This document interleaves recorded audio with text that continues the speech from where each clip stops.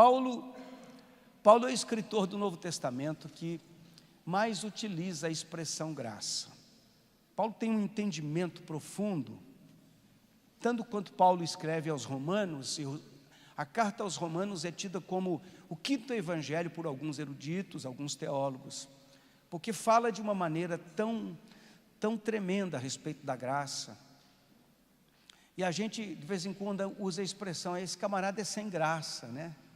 O que será que a gente quer dizer com isso? Ele não é engraçado, será que está certo? Muito bem, vamos lá. Mas a verdade é que a expressão da palavra graça quer dizer exatamente aquilo que dá alegria, deleite, prazer, doçura, charme, amabilidade. E a palavra de Deus vai nos levando um pouco mais longe, para entender a expressão de graça. Porque entender graça vai fazer toda a diferença na nossa vida. A graça de Cristo não tem nada a ver com religião e nem com religiosidade. A graça de Cristo é muito acima disso tudo. Mas por conta da graça, nós também temos algumas distorções que a gente precisa entender direitinho. Tem coisas que realmente nós não entendemos. E como é coisa do ser humano, a gente tem a tendência de sair do extremo, tentando buscar o equilíbrio, e acaba indo para outro extremo. Isso acontece muitas vezes. E quando tratamos desse assunto, não é difícil isso acontecer, como de fato acontece. Alguns falam a respeito da graça, que você fica até sem graça. Outros estão falando a respeito de comunhão com Deus, de intimidade com Deus, e acaba esquecendo da graça, e leva isso para um campo mais complicado. Eu quero falar um pouco sobre isso também. Precisamos ter o cuidado para entender o que é a importância da graça na nossa vida. Porque enquanto nós estamos sem entender tudo isso, a gente fica perdido na caminhada cristã. A Bíblia é muito clara, em Romanos 1, 16 e 17, diz assim: pois não me envergonho do Evangelho, porque é o poder de Deus. O Evangelho é o poder de Deus para a salvação de todo aquele que crê. Primeiro do judeu e também do grego, visto que a justiça de Deus se revela no Evangelho, de fé em fé. Como está escrito, o justo viverá da fé. O que será que Paulo está querendo dizer? O que isso tem a ver com graça? Paulo está dizendo que de fé em fé significa que a fé é um crescente, nós precisamos crescer na fé. A Bíblia nos diz que foi derramada uma medida de fé sobre todo ser humano. Cada um tem uma medida de fé, um pouco mais, um pouco menos, mas a palavra de Deus é clara, que diz que eu tenho que crescer de fé em fé. E o que é isso, pastor, essa fé? Essa fé é a graça de Cristo derramada em nosso coração. Ninguém pode conhecer de verdade a Cristo, a não ser pela graça. É bem interessante isso. Interessante e importante entender. Porque vamos conhecer ao Senhor de verdade, e vamos nos libertar de certas amarras na nossa vida, quando entendermos a questão da graça. Eu pensava assim, não posso mudar de religião. Eu fui criado na religião X, e não posso mudar de religião. Isso é religiosidade, isso não tem nada a ver com graça, tem a ver com tradição, tem a ver com costume, tem a ver com herança religiosa que nós recebemos dos nossos pais, das pessoas que nós amamos. E muitas vezes o que acontece conosco, nós estamos tratando mais de religião do que da salvação da nossa alma. E a gente fica até temeroso, porque recebemos por tradição e por herança algo que tem nos pesado, sem entendermos de fato o quanto Deus nos ama e o quanto Deus quer que tenhamos comunhão com Ele. Então herdamos uma tradição muitas vezes, e não conhecemos a graça. Herdamos uma religião, e não conhecemos a graça. Herdamos um costume, e não conhecemos a graça. Por quê? Porque a fé de verdade em Deus, porque se eu perguntar para você aqui, quantos aqui acreditam em Deus? Levanta a mão, levanta a mão. Você que está me assistindo, com certeza você vai levantar a mão também. Crer em Deus é uma coisa, Viver essa fé é outra coisa. Deus existe?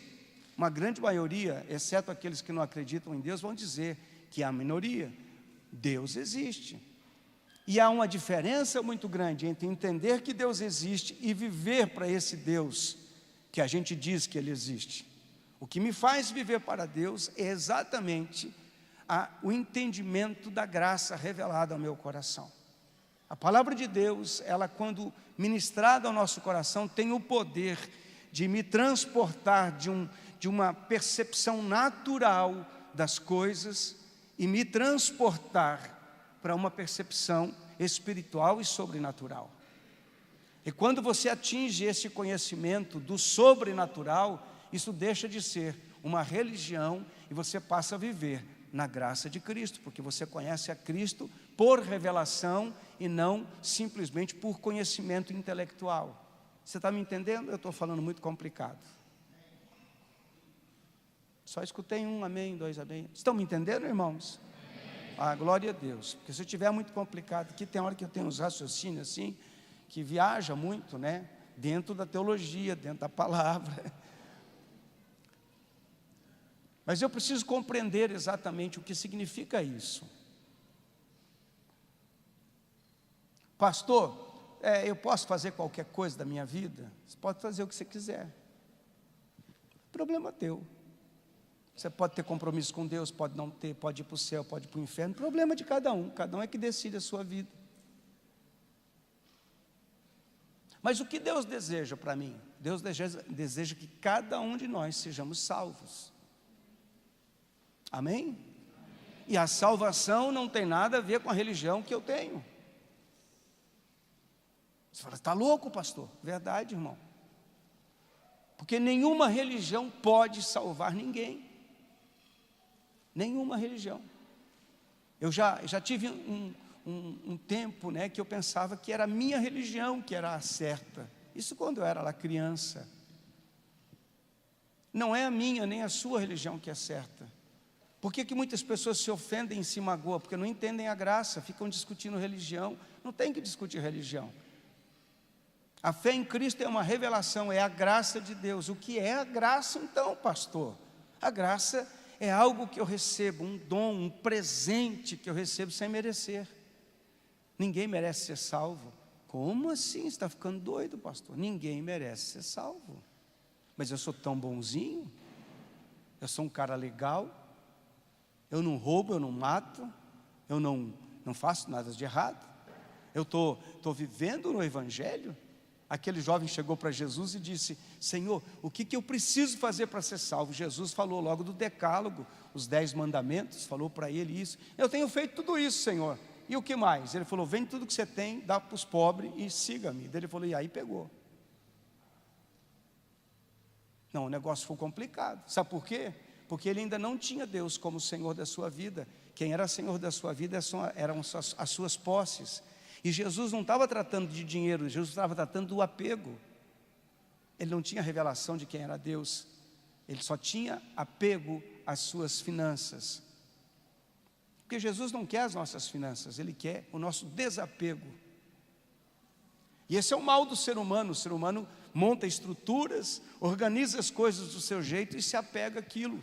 Eu quero dizer para você com muito amor, a hora que Deus quiser tirar tudo o que você tem, Ele vai tirar e ninguém pode impedir. Ele faz só assim, ó, um soprinho, já Elvis. Satanás chega na presença de Deus e o Senhor fala com ele, viu meu servo? Mas ele te serve porque o Senhor deu tudo para ele. Ele falou, não, só não toca na vida dele, mas no resto pode tocar em tudo. E a Bíblia diz que Jó não murmurou contra Deus. E ele disse, Ele dá e Ele tira. Ele tem controle de tudo. Você crê nisso? Por que você está tentando controlar as coisas então, irmão?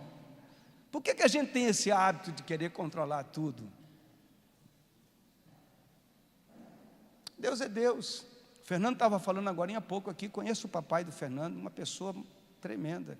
Ele falou, pastor, papai está naquela situação que agora é com Deus, o tempo está se esvaindo. E o nosso? Eu gostei da frase que ele disse: agora é conosco, né, pastor? Nós também não sabemos, estamos na dependência de Deus. Nós precisamos entender como é que isso acontece na nossa vida.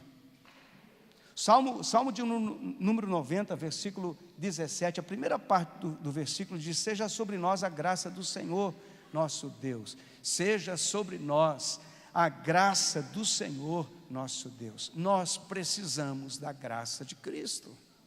Amém? Na verdade, para servir a Deus, nós precisamos da graça. Sem a graça, nem isso conseguimos fazer. Então vamos para o versículo.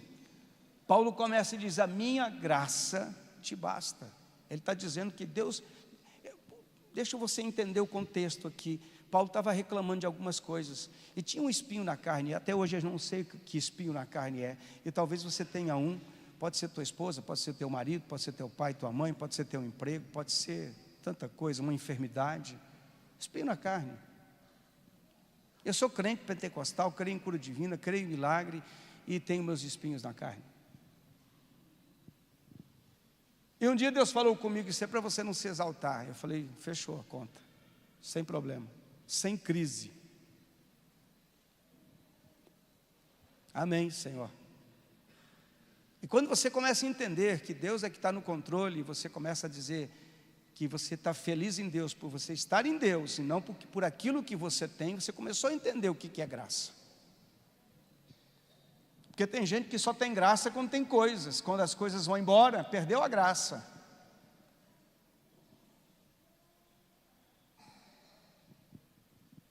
E aqui o Senhor está dizendo: a minha graça te basta, Paulo. Você tem problemas, você tem lutas, tem dificuldade. Acho que Paulo tinha sogra, devia ser isso.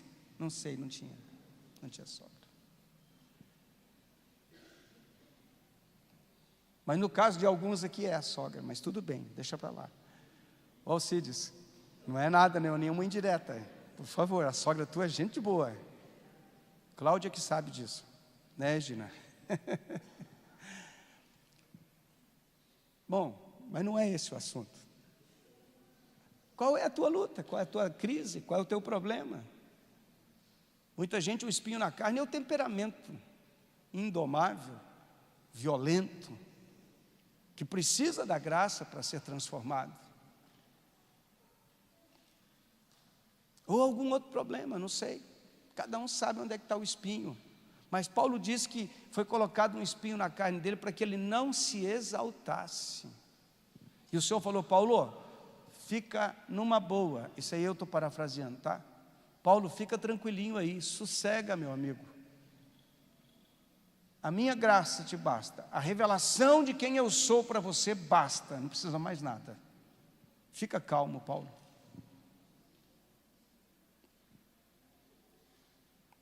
O Evangelho só vai fazer sentido na nossa vida quando nós entendemos o que é graça. Quando a graça toca o nosso coração. Tem gente que vai dizer: mas como é que pode? Esse cara está aí, desse jeito, cheio de problemas, cheio de luta, com dificuldades, com tantas coisas. Como é que você consegue continuar, manter a caminhada, não voltar atrás, não desistir? Porque você sabe que a vida cristã é cheia de pessoas que frequentam a igreja. Sabem disso ou não? Entra ou sai da igreja, entra ou sai da igreja, entra ou sai da igreja, vai nessa, vai naquela outra, e assim vai. Começa bem, termina mal. Um dia está animado, outro dia está desanimado. É uma montanha russa emocional fora do normal. E eu me lembro a época que eu, como pastor, ficava lutando para poder manter as pessoas de todo jeito firmes, e só vai permanecer, só vai continuar quem entender que a graça de Cristo é o suficiente. Você não precisa ser bem tratado, você não precisa ser bajulado, você não precisa ser adorado, nem adulado, nem exaltado, você não precisa nada disso. Simplesmente você precisa ter revelação de quem é Cristo na sua vida. Isso é graça. Quando você entender quem é Cristo para você, acabou. A coisa vai mudar. E a gente tem que primeiro entender o que é graça de verdade, o que é uma pseudo-graça. que está acontecendo por aí. Você vai encontrar algumas pessoas alegando o seguinte: a carne é fraca. Já ouviu falar sobre isso? Pastor, a carne é fraca. E eu vou completar aqui, vou dizer, a vergonha é pouca, não é? Estou nem aí. Por isso que a gente está assim, desse jeito. Deus sabe que eu sou assim mesmo. Deus sabe que eu tenho esses problemas. Deus sabe que a minha vida é toda complicada. Deus sabe. O importante, né, que Ele sabe que a carne é fraca. E eu quero só ler Mateus 26, 41, para a gente entender um pouco mais isso. Diz: vigiai e orai, para que não entreis em tentação. O espírito, na verdade, está pronto, mas a carne é fraca. E que Deus, muitas estão alegando que Deus só quer o espírito, não quer a carne, porque a carne é fraca. Então, o que você fizer na carne está tudo bem, está entendido, ou está subentendido, de que Deus está de acordo com isso tudo. E algumas pessoas estão dizendo que entregaram a vida a Jesus, mas querem continuar com a vida antiga, com os comportamentos antigos, com os velhos hábitos. E alguns que já entregaram a vida a Jesus, parece que têm saudade de voltar para aquela prática antiga. Perdeu a perspectiva da graça, de entender quem é Deus de verdade para você. O que Deus espera. Eu sei que eu ainda estou falando e você não está entendendo completamente o que eu estou dizendo. Mas já você vai entender um pouco mais. Fica calma aí, não desanima não. Porque para alguns, a gente quer dizer o seguinte: não, eu não preciso cuidar de mais nada, porque a carne é fraca mesmo, eu estou largado aí na vida, mas tudo que eu fizer. Há pouco tempo nós escutamos aí um pregador dizendo o seguinte, que não importa com quem você dormiu a noite passada, a carreira que você cheirou, o que você fez, deixou de fazer, o importa é que você tem Cristo na sua vida. Isso aqui é uma distorção da graça. Não, se você tem Cristo na sua vida, você já não vai ter mais a mesma vida. Essa é a revelação da graça. Quando você realmente conhece a Cristo de verdade, ninguém vai precisar ficar manivelando você e empurrando você: vamos para a igreja, vamos fazer, vamos lá, vamos, irmão, pelo amor de Deus. Você vai entender quem é Cristo, e quando você entender quem é Cristo, você vai descobrir exatamente quem você é. O quão terrível nós somos, o quão pecadores nós somos, o quão atrapalhados na vida nós somos. E quando a gente começa a descobrir isso, que isso é por revelação, porque não adianta alguém dizer para você: você está errado. Se alguém começar a falar muito que você está errado, você vai falar: rapaz, vai plantar batata, deixa eu seguir minha vida. Quero nem saber o que você está falando, isso é problema meu, não se meta na minha vida. Não é assim que as pessoas falam. Eu sei que aqui ninguém fala desse jeito, porque todo mundo extremamente, deixa para lá. Quem está se metendo na minha vida? Quem é você? Quem você pensa que é? Se nós somos irmãos de verdade, se nós nascemos de novo em Cristo, se Cristo é o Salvador da minha alma, se Deus é o meu Senhor e é o teu Senhor, nós podemos nos meter um na vida do outro, porque nós somos irmãos. E a gente pode até dizer: o irmãozinho está errado por aí, não vai não. Aí você vai se complicar. Mas tem umas pessoas ofendidinhas. Eu sei que aqui não é ninguém assim, mas tem gente que se ofende. Qualquer coisa que você fala, a pessoa se ofende. Não pode pregar desse jeito, porque o cara se ofende. Não pode pregar daquele, porque vai perder o membro. Não pode pregar. Tem que ser uma mensagem bem gostosa, para que ninguém se ofenda. Só que, por conta disso, tem muita gente dentro das igrejas indo direto para o inferno. Direto para o inferno, porque não entendem o que é novo nascimento. A necessidade de ter os seus pecados perdoados. Jesus está dizendo: vigie e ore. A coisa não é brincadeira, é sério. Por mais que você seja muito bem tratado, por mais que a mensagem seja agradável aos seus ouvidos, não entre nessa. Preste atenção. Cuide da sua vida espiritual. Vigie e ore. Tenha sobriedade, essa é a ideia. Você não pode continuar de qualquer jeito, afinal de contas, Cristo te salvou, se é que Ele já te salvou. Mas eu frequento a igreja, pastor, e daí? Mas eu sou dizimista, pastor, e daí? Mas eu participo do ministério, e daí, irmão? Você pode participar de tudo isso e está indo para o inferno. Pastor, não pode falar inferno, que ofende as pessoas saem da igreja. Mas ninguém pode sair de um lugar onde nunca entrou, não é verdade? A igreja é formada pelo corpo de Cristo, para os salvos, remidos e lavados pelo corpo de Cristo. A igreja de Jesus não é 4 paredes, não é uma instituição com CNPJ. A igreja de Jesus é mística. Como assim, pastor? É porque não é uma coisa natural, não é material, ela é invisível, formada por pessoas salvas, remidas, compradas pelo sangue de Jesus. E como é que eu sei disso, pastor? A Bíblia diz em Romanos que o mesmo Espírito, o Espírito de Deus testifica, o confirma com o meu Espírito que eu sou filho de Deus. Eu não posso fazer você um filho de Deus, mas o Espírito Santo pode te tornar filho de Deus. Compreender isso é começar a compreender a graça. Não é uma teologia simplícita. Não é uma teologia em que você vai ouvir a respeito da palavra e diz, não, está tudo bem, porque Jesus já fez tudo. Jesus fez o que tinha que fazer. Por isso nós estamos aqui com a possibilidade de nos tornarmos filhos de Deus. Jesus já fez isso, é verdade. Mas aquilo que me cabe, eu tenho que fazer. Não para ser salvo, para não perder a perspectiva da graça, para não perder o sentido da vida espiritual. Por que muita gente se perde no meio do caminho? Porque deixou, porque desprezou, porque desvalorizou aquilo que de fato é importante para a nossa caminhada em Cristo Jesus. Amém, irmãos?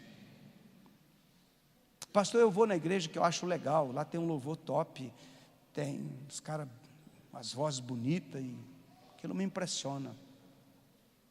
E por que você deixa de vir na igreja? Porque tem alguém lá que não é muito legal, que deu mau testemunho, porque o cara fez isso, fez aquilo outro. Conheci um pastor que era sem vergonha, eu conheço um monte, não pastoreando agora, claro, não sei se tem eu não conheço. Mas eu conheço um monte de gente que não vale nada, irmão. Mas Paulo disse, eu dos pecadores eu sou o principal, também não valia nada, Paulo estava dizendo. Mas como pode uma pessoa nessa condição ser alcançada por Cristo? Porque a graça faz isso, pega aquilo que não presta e transforma em algo poderoso nas mãos de Deus. 1 Coríntios 1:27 diz, pelo contrário, Deus escolheu as coisas loucas do mundo para envergonhar os sábios, e escolheu as coisas fracas do mundo para envergonhar os fortes. Amém? Ainda Efésios 2:8-9, porque pela graça sois salvos, mediante a fé, e isto não vem de vós, é dom de Deus, não de obras, para que ninguém se glorie. E eu acho tremendo Efésios, porque Efésios desmancha uma ideia de que é pelo meu esforço que eu sou salvo, porque eu sou bonzinho que eu sou salvo, porque eu sou um crente que eu sou salvo, porque eu jejuo, porque eu sou legal, eu faço tudo certinho, aí eu sou salvo. Aqui Paulo desmancha tudo isso.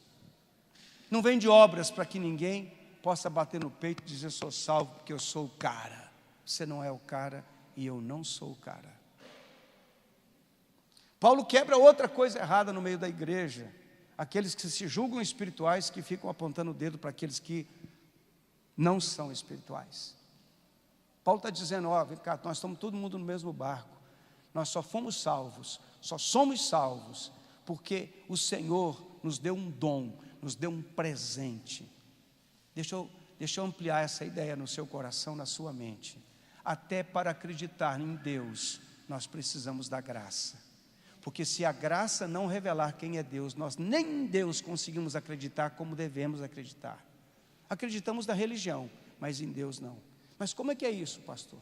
Porque crer, ter fé em Deus, é ter plena confiança de que Deus é Deus, suficientemente Deus para resolver as nossas crises, os nossos problemas, para solucionar as lutas internas do nosso coração. E as maiores batalhas que nós passamos não são as externas, são as internas. Essas são as espadas. Ninguém fica em depressão por coisa que não acontece internamente. Aconteceu internamente, deixou você fora da casinha, é coisa interna.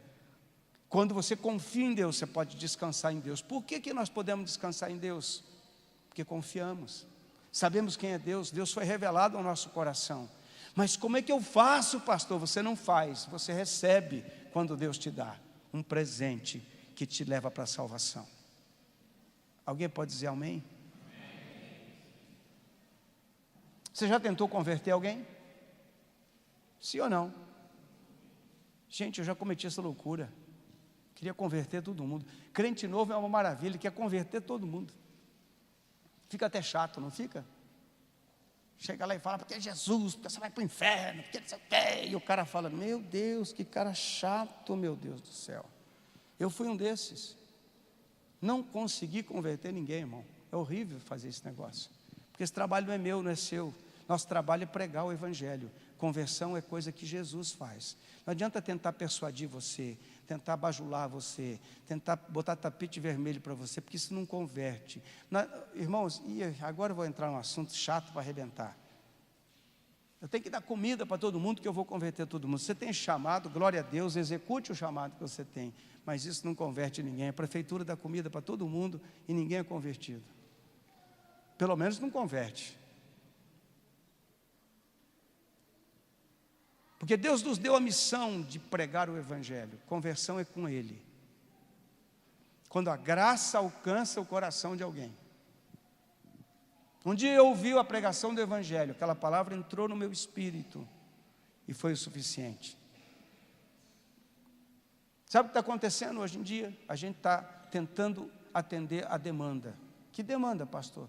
Hoje as pessoas querem uma igreja X, Y, Z, com isso, com aquilo outro. Eu vou nessa aqui, que essa aqui tem, essa aqui não tem, então não vou mais nessa, eu vou naquela outra. Sabe o que está faltando? Está faltando Jesus. Porque Jesus é suficiente para tudo na nossa vida. Quando a gente tem pouco de Jesus, a gente dá pouco, tem que arrumar artifício. A gente tem que estar cheinho de Deus, cheinho de Jesus na nossa vida, que quando você transmite o que você tem, aquilo manifesta a graça e o poder de Deus na vida das pessoas. Que Deus nos ajude isso. Romanos 3, 10 e 12 diz, como está escrito, não há justo nenhum sequer, não há quem entenda, não há quem busque a Deus, todos se extraviaram, a uma se fizeram inúteis, não há quem faça o bem, não há nenhum sequer. Não sou eu que estou inventando isso, você pode acompanhar o texto de Romanos. Não há quem faça o bem. Eu sou bonzinho, pastor. É nada, meu. Você é um turbilhão de emoção disfarçado de bonzinho. Tem um monte de maldade aí nesse coração aí, escondido. E aqui onde que a gente não consegue entender. Por que Deus nos quer alcançar? Porque Deus quer nos libertar dessa prisão diabólica, muitas vezes no coração da gente. Se alguém pisar no teu calo, como é que você faz? Você diz, aleluia, glória a Deus. Ou você fica com vontade de pegar o cara, esganar ele, dar uma piaba nele bem dada. Quanta maldade tem no nosso coração escondida. A gente, os cristãos. Quanta coisa oculta e ninguém sabe, só Deus sabe. Quanto pecado sexual escondido aí. Quantos sonhos que estão aí, sonhos tenebrosos que estão aí, na mente, no coração. O marido não sabe, a esposa não sabe, está todo mundo fazendo aquela carinha assim. Mas no sozinho, no oculto, onde ninguém sabe, tem alguma coisa te corrompendo, te tentando destruir. Paulo fala, o bem que eu quero fazer, esse eu não faço. Por que será que Paulo está dizendo isso? Porque tem uma coisa que está nos aprisionando. Irmão, sabe quem é que nos liberta dessas prisões terríveis? A graça de Cristo. Ué, pastor, mas eu já aceitei a Jesus, já tive a revelação de quem é Jesus, já entreguei minha vida a Ele, mas por que isso me perturba? Porque nós não mergulhamos na graça. Como é que eu mergulho na graça? Faz uma banheira da graça, entra dentro. Também não dá. que ainda não encontrei essa substância para mergulhar, porque se tivesse eu também mergulhava. Mas como é que a gente faz, pastor? Como é que eu entendo a graça? Que tem hora que parece que está tão sem graça. Mas quem está sem graça não é a graça de Cristo, é a nossa vida que está sem graça. Está faltando a graça, está faltando revelação de Deus. Por que tanto crente não ora, não lê Bíblia, não busca Deus? E aí começa o problema. Aí começa a perda da perspectiva de quem é Deus, de como funciona a graça de Deus. A graça de Deus se manifesta na nossa vida à medida que nós, fazendo a nossa parte, buscamos ao Senhor. E quanto mais você se aproxima de Deus, mais Deus se aproxima de você. É assim que diz a Bíblia. Se eu não me engano, Tiago capítulo 4, acho que versículo... Vê se está certo, Tiago 4:8. A gente tem que se achegar a Deus para Ele se achegar a nós. Tem muita gente que está esperando, dizendo, não, uma hora dessa, chegai-vos a Deus e Ele se chegará a vós, limpai as mãos, pecadores, e vós de duplo ânimo, purificai o coração. Exatamente isso. Mas como é que eu faço para me chegar a Deus, pastor? Deus nos dá um insight, um despertar, e eu tenho que me aproximar dEle. Eu devo me aproximar do Senhor. E à medida que eu permaneço na presença de Deus, eu começo a experimentar a graça do Senhor. Amém? Paulo continua no texto de Coríntios, o poder se aperfeiçoa na fraqueza. Quando Jesus está falando de fraqueza, Ele está se referindo à dependência que nós temos uns dos outros e de Deus. Esse reconhecimento, essa revelação de que nós somos frágeis. E para homem isso é difícil, porque o homem foi educado para ser o fortão, não é? Tem algum homem fortão aí? Não, pastor, comigo não tem esse negócio de fraqueza, não. Eu sou forte, e se chegar, é o seguinte, eu sou autossuficiente, eu dou conta, eu sou o cara, eu aconteço, eu não preciso me render, me humilhar, nada disso. Mas não é só homem, né? O gênero masculino, mas o ser humano age como homem independente de Deus. De uma maneira ou de outra, a gente quer ser independente. E Paulo tem aqui o entendimento de fraqueza daquele que depende um do outro, porque nós precisamos uns dos outros. Alguém pode dizer amém? Como é duro viver sozinho, e como é bom quando alguém está próximo, e quando a gente está próximo também. Tem gente que diz, pastor, lá naquele lugar ninguém nota a minha existência, mas você não faz por onde também, né, meu irmão? Se envolva. Não, eu não vou me envolver que dá trabalho mesmo. Tudo na vida dá trabalho.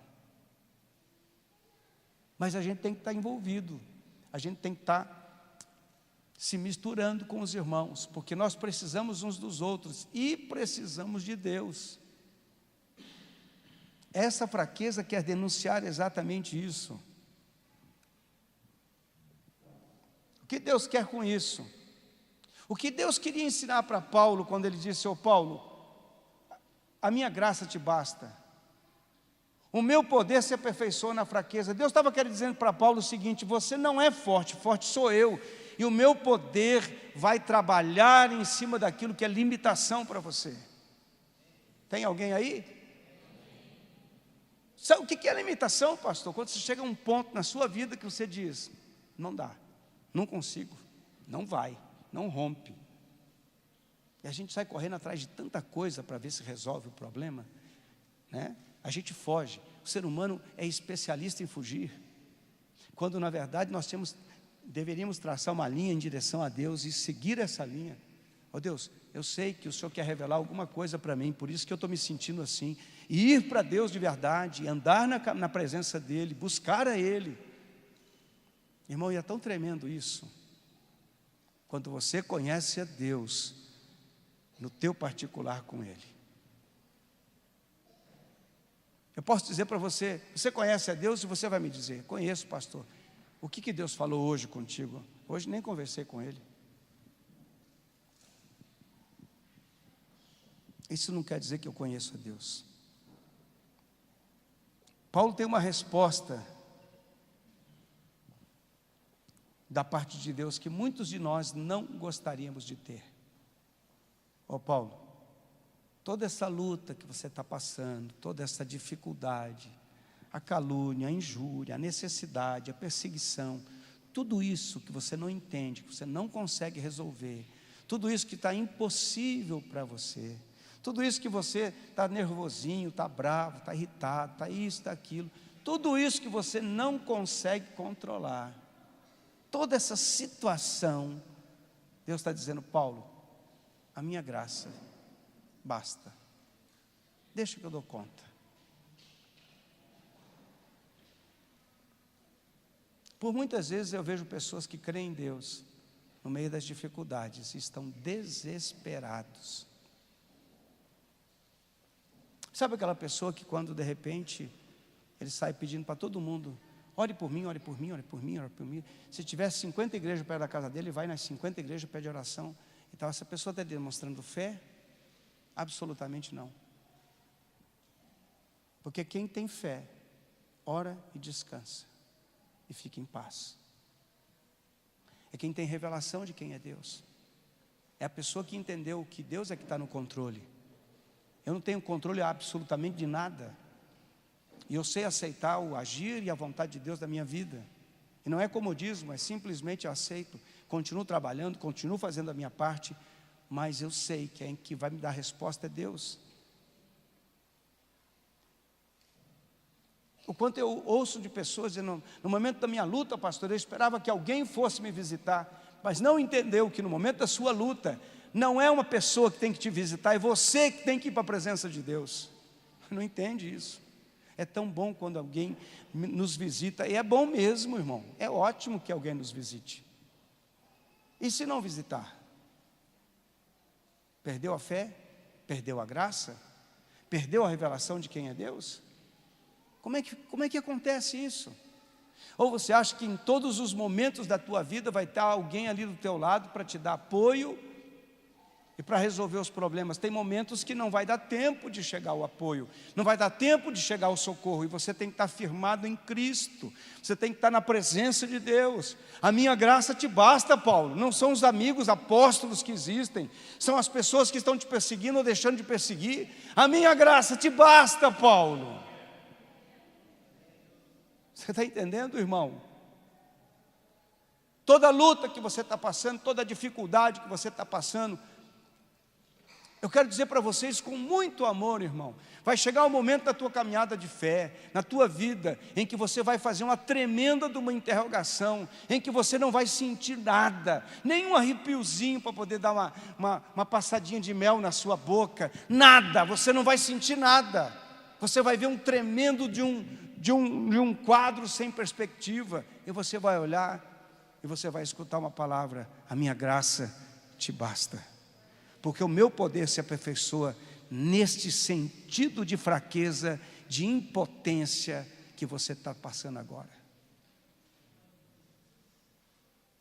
Pergunte para mim, irmão, se eu já passei por momentos assim escuros. Pergunte, você já passou, pastor? Pergunte. Quantos que você quer saber? Quantas vezes? Em que a única coisa que me restava era quietude, ficar quieto, e orar, e orar, e orar.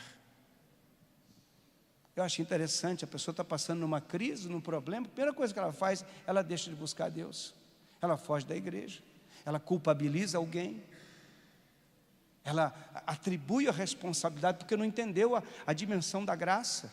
A graça me capacita para a salvação, mas a graça me capacita para permanecer salvo. Porque a salvação não está baseada em prerrogativas humanas, nem em capacidade de ninguém, nem nas tuas e nem nas dos outros. A graça está firmada no Senhor. E se eu não entender isso, não entendi nada da minha fé. Estou decepcionado, não vou mais para a igreja. Aquele pastor é um xarope. E daí? Agora achei uma igreja melhor. Vai lá o ansioso para outra igreja. Desesperado, perdido, batendo cabeça, não entendeu nada. Meu querido, quanta gente eu conheço que quando a coisa apertou, ele mudou de cidade, mudou de emprego, mudou de igreja, mudou de casamento. Quero dizer para você que você não entendeu a graça.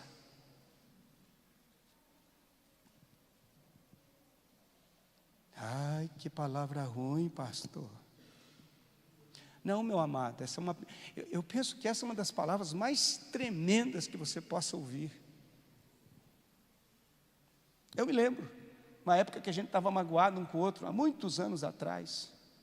Eu não tinha vontade nenhuma de ficar perto da minha esposa, nem ela de ficar perto de mim. Honestamente, eu olhei para dentro de mim e falou: acabou o amor. Eu falei: e agora? Separa? Porque é fácil separar, não é? Mais uma fuga, a gente é covarde, aprende a fugir de tudo. A gente vive fugindo, já percebeu? Percebeu ou não? A gente foge, vive fugindo, pressão, foge, não entendeu a graça. Eu falei: Deus, o que eu faço? Não escutei nada. Falei: vou fazer o que eu posso fazer. Dobrei meu joelho e comecei a clamar: Deus, a tua palavra diz que o teu amor está derramado em nosso coração. Eu quero amar através do seu amor. Me capacita, Senhor. E a graça de Deus foi poderosa, porque Deus derramou aquele amor, e de repente eu estava apaixonado de novo. Porque a vida da gente é assim, irmão, é cíclica. Um momento está bom, outro momento está ruim, não vai ficar bom para a vida toda. E se eu não aprender a me entregar e a descansar na graça, eu vou ficar correndo atrás do vento, procurando solução onde não tem. Pastor, é legal mesmo, é fazer um negócio para atrair as pessoas. Se Cristo não nos atrair, pode ter certeza que carne morta não vai nos atrair. Não atrai. Eu estou vendo ali sentadinho o John, irmãozão. Um dia ele entrou na igreja, ele não sabia o que estava acontecendo, e Deus pegou ele. Está perfeito o John? Não, ele tem umas perebas para arrumar ainda. Eu também tenho, você também tem, também. Então não fica querendo julgar, não. Fica quieto aí. De repente você fica ligeirinho aí no cérebro, né? Vai apontar o dedinho. Mas eu me lembro do dia que Jesus pegou ele.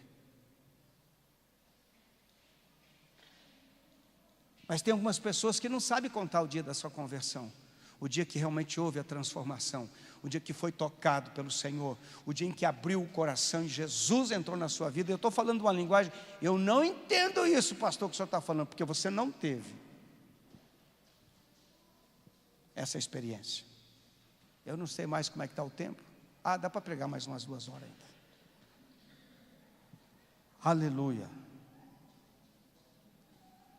Sabe para que Deus usa a sua graça, irmão? Para limpar as perebas, para purificar a gente. Eu me lembro como se fosse hoje. Eu estou saindo da igreja, na igreja que eu congregava em Curitiba. A minha irmã olhou assim, eu estava chorando. Bateu no meu ombro assim, querendo me consolar. Eu olhei para a cara dela assim, falei: tadinha da minha irmã, não entendeu nada. Não estou precisando de consolo, não. Oi, irmã, tudo bem com você? Escute, irmão, quando Jesus toca você, é suficiente, viu? Você fica liberto da necessidade de alguém te bajular, de alguém inflar você, de alguém ficar dando palavrinha bonita, motivacional para você, porque Jesus te motiva. Quando você conhece Cristo, só pelo fato dele ter morrido na cruz do Calvário, vertido o sangue dele para pagar a minha conta, já é o suficiente. Então, enquanto eu não amadurecer e não crescer nisso, eu não vou entender o que é a graça de Cristo. Aí, pastor, alguém tem que me ligar. Eu vou dizer para você, irmão, tem gente que já ligou para você, você não atendeu. Lá na cruz, alguém já chamou a tua atenção. já te atraiu, só que você virou as costas. Por isso você está vivendo essa angústia, esse desespero de alma. Volta para Jesus, acerta a tua comunhão com Ele, mergulha na graça que é Ele. Conhecereis a verdade vos libertará. Isso é graça. Mas eu parei de ler a Bíblia, pastor, já faz muito tempo. Está aí um problema. Quando você ora, irmão, eu tenho a experiência de viver isso, como qualquer ser humano. Quantas vezes eu dobrei o joelho na presença do Senhor, algumas vezes na igreja, outras vezes no meu quarto, outras vezes nem dobrado o joelho não estava, mas o coração dobrado, rendido, humilhado diante de Deus, e fala: Deus, eu não estou aguentando.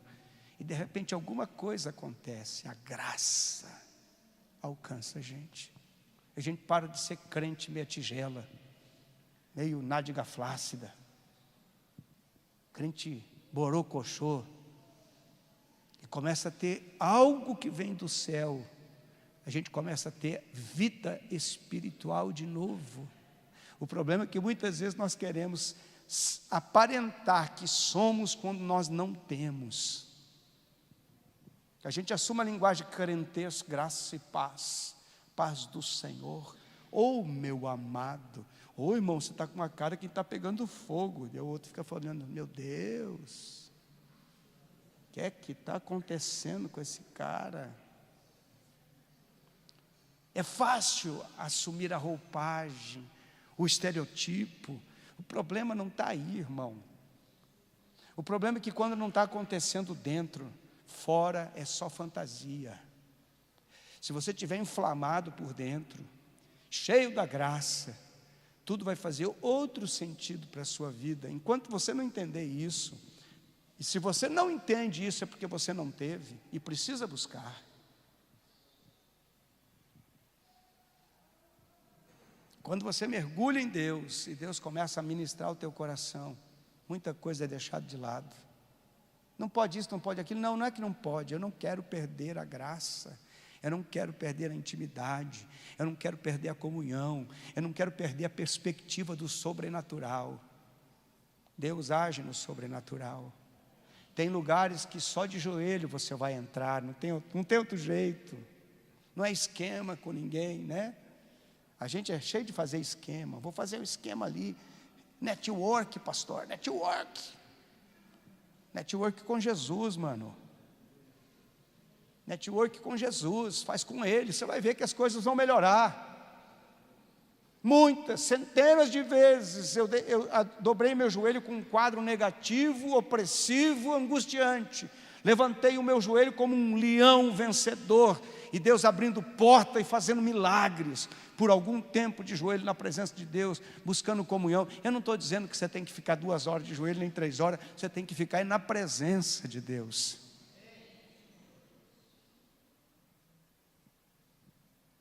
Eu tenho que pular um monte de coisa aqui.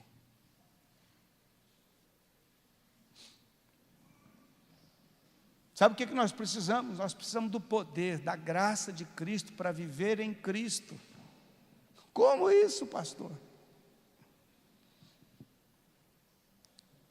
Romanos 8:11 diz: se habita em vós o Espírito daquele que ressuscitou a Jesus dentre os mortos, esse mesmo que ressuscitou a Jesus dentre os mortos, vivificará também o vosso corpo mortal, por meio do seu Espírito que em vós habita. Sabe quem que aviva um crente morto? Só o Espírito Santo. Tem que ir lá fazer uma visitinha, pastor. Tá bom, irmão, pode visitar. Mas eu aprendi uma coisa na caminhada: quem não quer, não adianta. Não quer. Só para quem quer.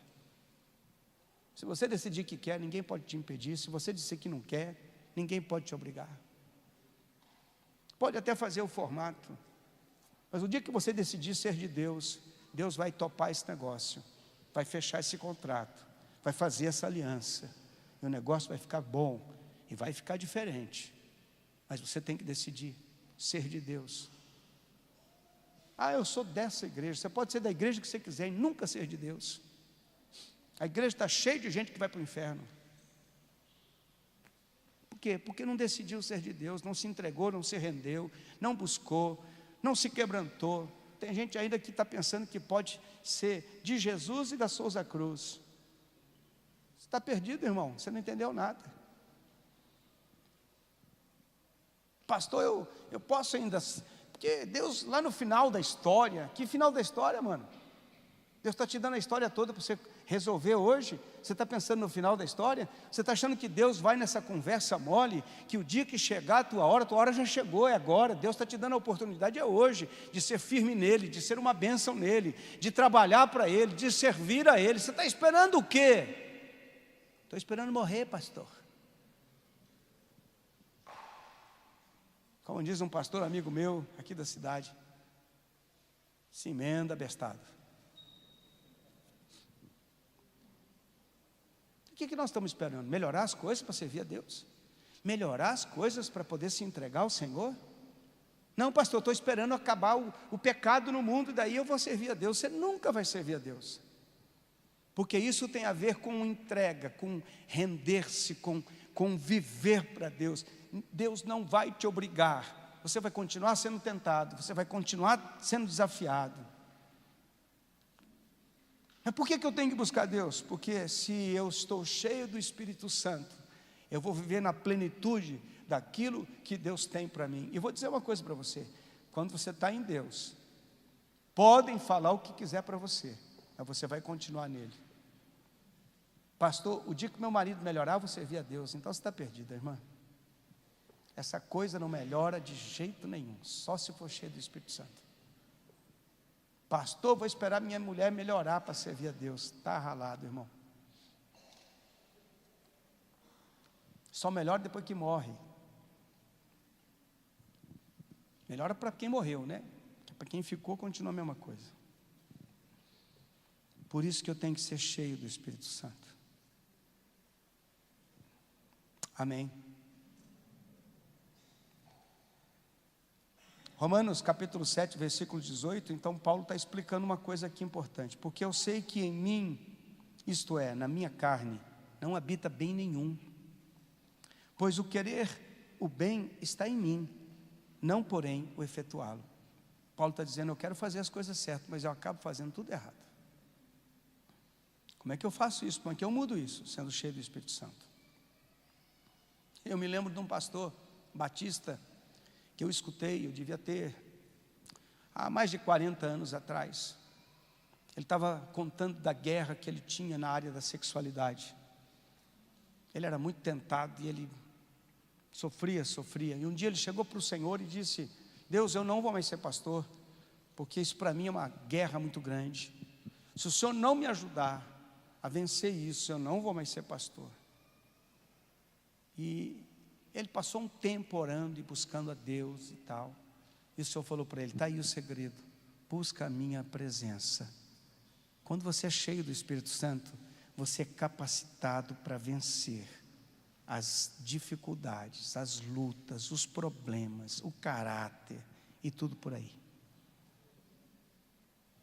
Atos 4,33 diz, com grande poder os apóstolos davam testemunho da ressurreição de Jesus Cristo, do Senhor Jesus. E em todos eles havia abundante graça. Aí está o segredo dos apóstolos. Eles tinham muita graça de Deus. Pastor, diga para mim uma coisa. Talvez você possa me perguntar, como é que eu faço para ter mais? Eu vou dizer para você, fazendo o que você está fazendo hoje, você tem mais ou não tem? Ou tem a mesma coisa? Então, certamente você vai ter que fazer algo diferente para ter mais da parte de Deus. Amém? Você vai ter que mudar a tua rotina. Talvez vai ter que mudar algumas amizades. Talvez vai ter que mudar alguns comportamentos. Tem coisa que para alguma pessoa pode ser até normal, mas para você o Espírito Santo vai falar assim, não quero mais que você faça isso. Tá? Você não tem que andar pela cabeça dos outros, você não é piolho, amém? Você tem que andar pela direção do Espírito Santo. Não sei por que isso, irmão, eu sempre fui corintiano desde os 4 anos de idade. Não faz gracinha agora não, que o negócio é sério. Porque já tinha uns engraçadinhos que ia falar. Mas uns são flamenguistas, outros são palmeirenses, outros são santistas. Esses então, misericórdia. Um certo dia eu estou chegando no meu escritório.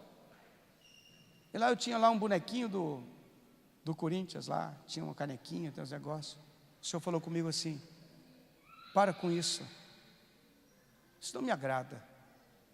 Eu fiquei assim pensando com Deus, por que isso não agrada? O Senhor falou: para com isso não me agrada. Eu falei: agora, nem é depois, é agora. E o pessoal fica, porque eu sempre brinquei e sempre usei isso até para evangelismo. O Senhor falou: chega. É pecado, pastor, ser palmeirense? Não, é uma cruz, né? Deixa quieto. Paulo Vinícius me olhou de lá assim, atravessado, né? Um dia o Paulo me convidou para ir no aniversário para orar pela família lá, tudo verde, irmão. Eu falei: que é isso? Que planeta é esse, né? Não é pecado torcer para time, você ter o teu time, não é pecado isso. Só que para mim, Deus falou comigo: eu não quero mais isso na sua vida. Fechado. Por que isso, pastor? Eu quero dizer para você por quê. Porque tem coisas que Deus vai falar só para você, porque aquilo podia ser um impedimento na sua vida, ou Deus está querendo alguma coisa. Deus está querendo aperfeiçoar alguma coisa na sua vida. Inclusive, talvez na comunhão com Ele, pode ser que Deus vai falar para você coisas que não vai falar para ninguém, mas vai falar só para você. Pode ser que Deus fale com você: pare com essa amizade, pare com esse comportamento.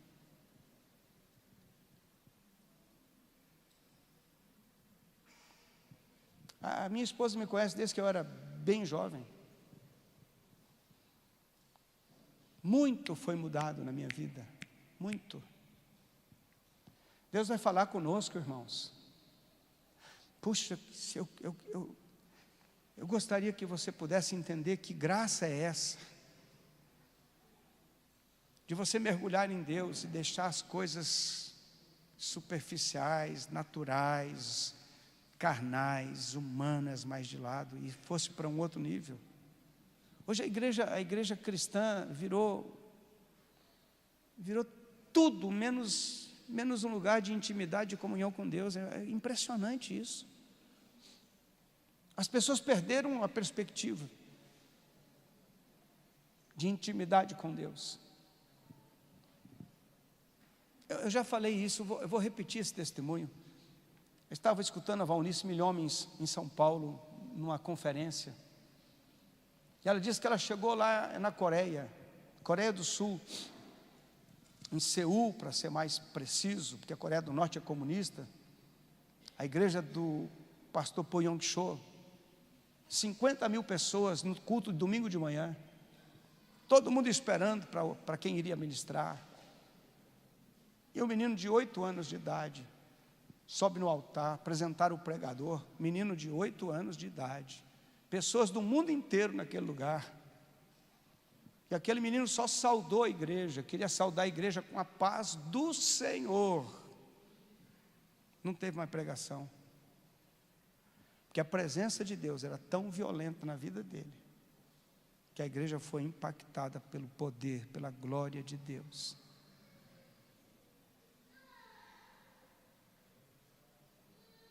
Você não está cansado de ficar comendo migalhas? De ficar comendo sobras quando Deus tem um banquete?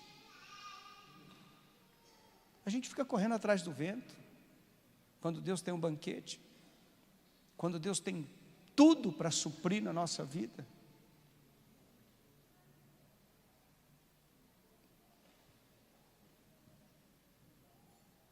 Um dia meu pastor disse para mim assim: Toninho, tudo que nós precisamos é Jesus. Só Jesus que nós precisamos, mais nada. Quantos milagres eu vi Deus fazer, irmãos. Pessoas que não podiam ter filhos, orar por elas, elas terem filhos, pessoas enfermas sendo curadas, coisas impossíveis, e Deus abre portas.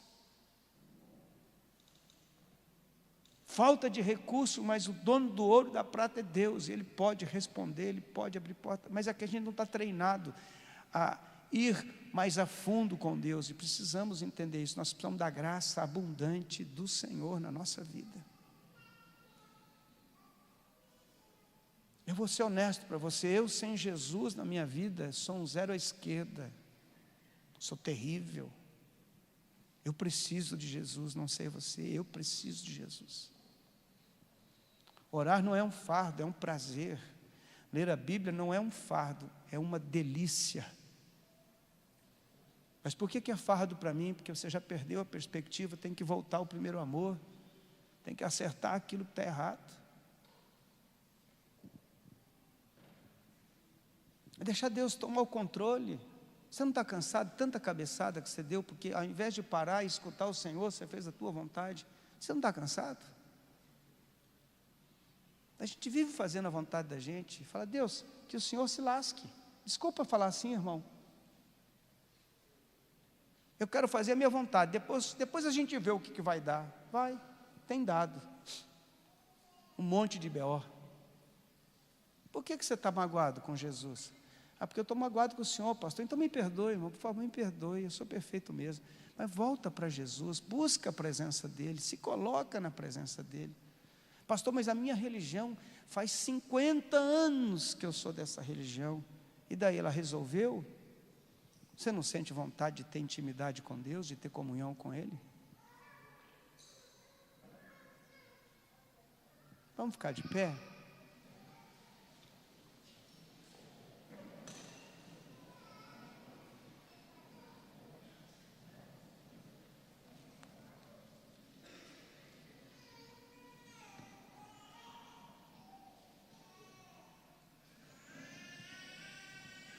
Apocalipse capítulo 22, versículo 21. O último capítulo de Apocalipse e o último versículo de Apocalipse. Está escrito assim: a graça do Senhor Jesus seja com todos. A graça do Senhor Jesus seja com todos. Amém? Por que será que no último livro da Bíblia, no último capítulo, no último versículo, o apóstolo João escreve essa palavra? A Bíblia diz que toda a palavra é inspirada por Deus.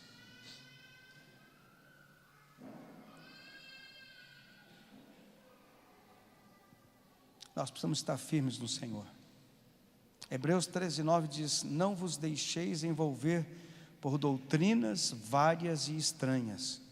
Portanto, o que vale é estar o coração confirmado com graça, e não com alimentos, pois nunca tivemos proveito.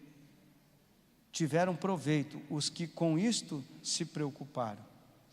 Sabe o que nós estamos aprendendo aqui? Que a prioridade da nossa vida é a graça de Cristo em nós. Você está tristinho?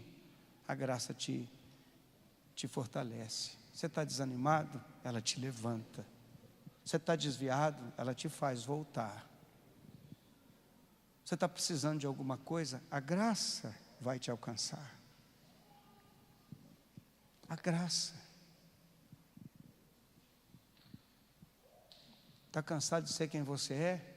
Eu já tive uma vez. Não sei você, mas eu cheguei a um momento na minha vida que eu falei, estou cansado, Deus. Estou cansado de ser essa coisa.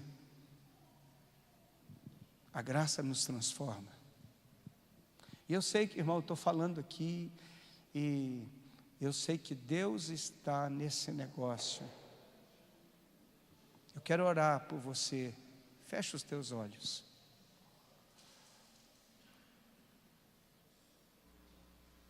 Pai, nós estamos na Tua presença.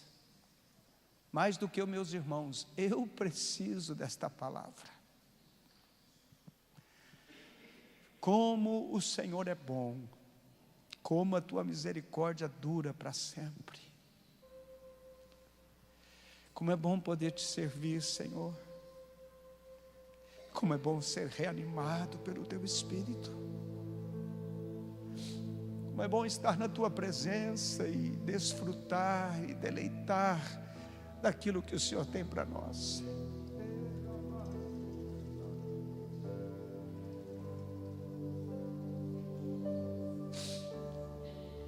É tão bom poder andar na Tua presença, meu Deus. Eu sei que algumas vezes a gente fica meio esquisito, né, Deus? Meio desviado, meio longe da Tua bondade e misericórdia. Algumas vezes nos sentimos desanimados, não temos vontade de ir à Tua casa, porque estamos tão cheios de outras coisas. Mas eu te peço, levanta a Tua igreja, levanta Teu povo, levanta aquele que está longe, abatido, desanimado, desviado, que procurou, Senhor, preencher os seus vazios com outras coisas, com outros alimentos, com outra comida, a não ser a Tua palavra. A Tua palavra diz que o Senhor Jesus, falando a respeito dele mesmo, diz que Ele é o pão da vida. Nos alimente deste pão, Senhor, sacia a nossa fome, sacia a nossa sede, nos ajuda, Senhor, a não andar mais procurando em lugares áridos, em lugares secos, mas, Senhor, ensina-nos a buscar a Tua presença, Tua glória, Tua unção.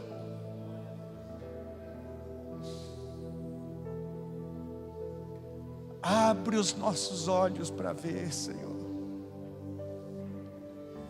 Abra os nossos olhos para sairmos deste nível e passarmos para uma outra experiência mais profunda com o Senhor. Eu quero encorajar você a fazer a tua oração. Ore ao Senhor. Ore ao Senhor.